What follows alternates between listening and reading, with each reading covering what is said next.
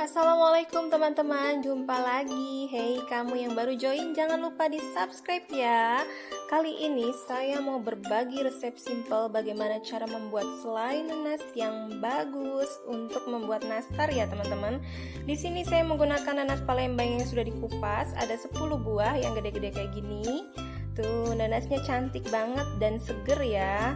Nah, pertama-tama kita kupas terlebih dahulu ya teman-teman.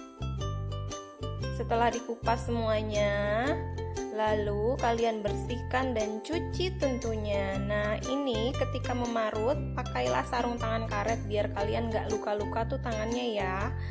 Oh ya teman-teman, jangan lupa pakai parutan ya, karena untuk mendapatkan selai yang baik kita harus memarutnya, karena dapat serat nanti yang bagus dari hasil parutan yang manual kayak gini. Kalau kalian mau memarut punya mesin juga bagus juga, diparut di mesin nggak apa-apa ya, tapi saya mencontohin kalian untuk membuat selai sendiri di rumah ya kayak gini ya teman-teman. Setelah diparut kalian saring, keluarkan airnya. Nah, airnya jangan dibuang, itu bisa jadi jus yang sangat enak dan manis seger banget. Nah, ini setelah diparut kayak gini, udah saya tiriskan di saringan kayak gini ya teman-teman. Lalu kalian masukkan ke dalam wajan. Saya kalau membuat selai itu pasti menggunakan wajan seperti ini.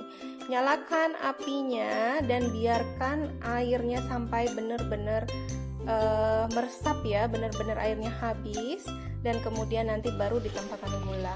Kalian jangan menambahkan gula jika airnya masih banyak ya, karena ini saya mau mengurangi kadar airnya terlebih dahulu. Pokoknya nggak ada patokan berapa lama kalian memasak. Kalau udah airnya kering kayak gini, nanti kalian udah boleh tambahin cuman menggunakan cengkeh aja, ada 25 butir, kayu manis dan juga garam Himalaya yang saya pakai ya teman-teman. Untuk takaran pasnya kalian boleh klik di description boxnya ya.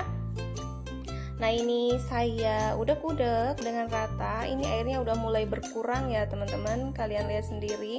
Saya belum akan menambahkan gula jika airnya belum habis, karena jika ditambahkan gula pada awal memasak selai kayak gini, nanti dia akan meletup-letup dan lama memasaknya itu lebih panjang ya. Ketika airnya udah tiris kayak gini baru tuh saya tambahin gula. Gula yang saya pakai 1 kilo 250 gram untuk 10 buah nanas Palembang yang besar ya.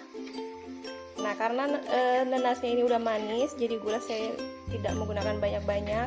Pilihlah gula pasir yang bagus, yang berwarna kuning ya. Nanti hasilnya akan gold cantik gitu loh selainya.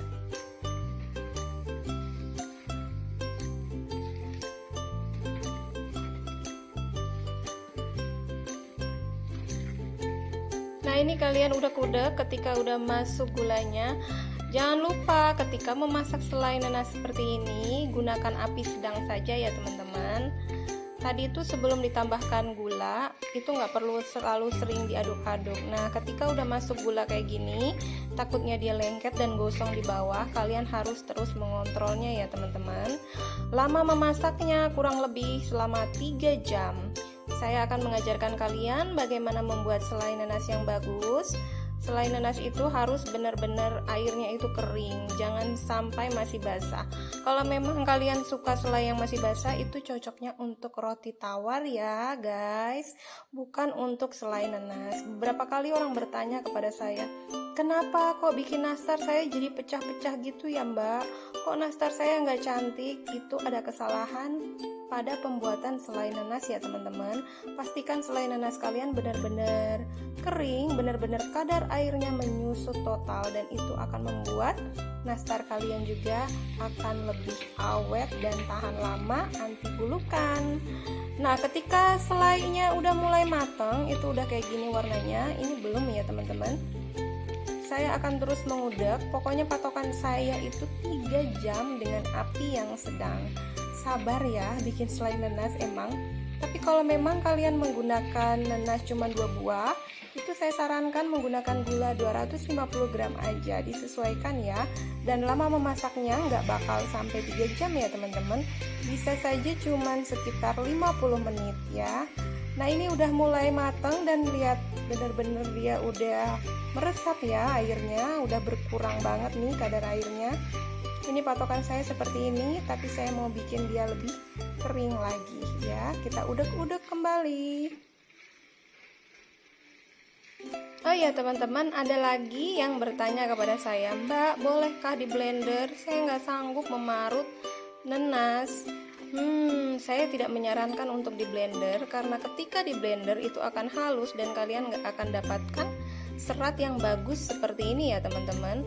Karena serat yang bagus seperti inilah yang cocok banget untuk nastar. Ada sensasinya gitu loh, sensasi enak ya teman-teman. Jadi saya tidak sarankan untuk kalian memblender ya. Pastikan diparut, mudah kok memarut itu, tapi pakai parutan yang bagus dan juga tangan kalian disarungin dengan sarung karet. Nah, nampak banget ya teman-teman cantiknya di sini seratnya ya. Oh ya teman-teman, tadi juga saya lupa memberitahu kalian, ketika sudah matang saya siapkan butter Wisman ya, dan juga ada Blue Band masing-masing 1 sendok makan yang akan saya berikan di selai ini ketika dia nanti udah matang. Nah, ini saya lanjutkan dulu memasaknya kayak gini. Tetap aja dengan api sedang dan selalu kalian kontrol ya teman-teman, selalu dijaga. Nah, ini saya bikin 10 buah selai nanas emang sekalian ya, biar untuk stok membuat orderan nastar nanti. Kalau kalian nggak mau rempong bikin, cus boleh di order juga ke saya kok teman-teman. Saya bikin nastar dan IG-nya itu kalian boleh lihat foto-foto nastar saya di Griffin Cookies. Nah, ini udah mulai kering saya rasa ya teman-teman, tuh kelihatan kan kadar airnya udah menyusut banget ini. Nih, ini udah cakep. Ini di 2,5 jam ini udah kayak gini ya. Kita lanjut lagi memasaknya setengah jam lagi sampai benar-benar kering banget.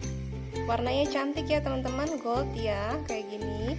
Pada tahap akhir kayak gini saya menggunakan api kecil aja, api kecil yang biru ya teman-teman.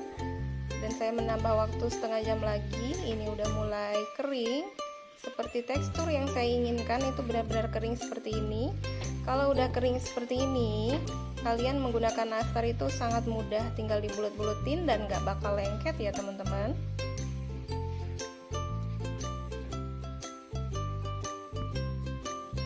Ini dia selainya, udah benar-benar asat airnya udah selesai, udah habis.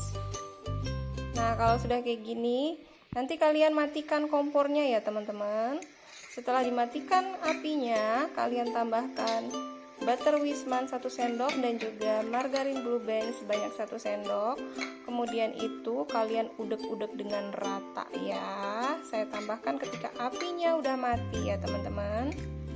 Nah, kemudian kalian udek campur dengan rata sampai meleleh. Dan kalian siapkan tuh wadahnya, kalian angkat di tempat-tempat seperti Tupperware. Untuk selai yang seperti ini awet selama 1 tahun jika kalian menyimpannya di freezer ya teman-teman. Jadi kalau kalian pengusaha nastar, kalian bisa nyetok selai dari jauh hari ya teman-teman. Nah, kayak gini, udah mateng nih, udah siap.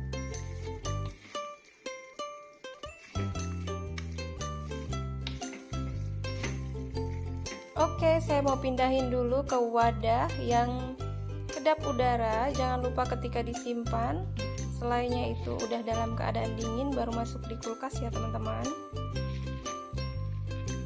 Nah, sangat cantik ya teman-teman. Kalian sekarang bisa mencoba membuat selai yang bagus di rumah untuk persiapan membuat nastar di Hari Raya Idul Fitri ya teman-teman. Bagaimana? Mudah sekali bukan membuatnya? Kalau kalian suka dengan resep yang saya bagikan, jangan lupa untuk di like, share, komen, dan juga share di semua sosial media yang kalian punya. Oh ya teman-teman, terima kasih banyak udah menonton videonya. Sampai jumpa lagi di resep-resep saya berikutnya. Thank you.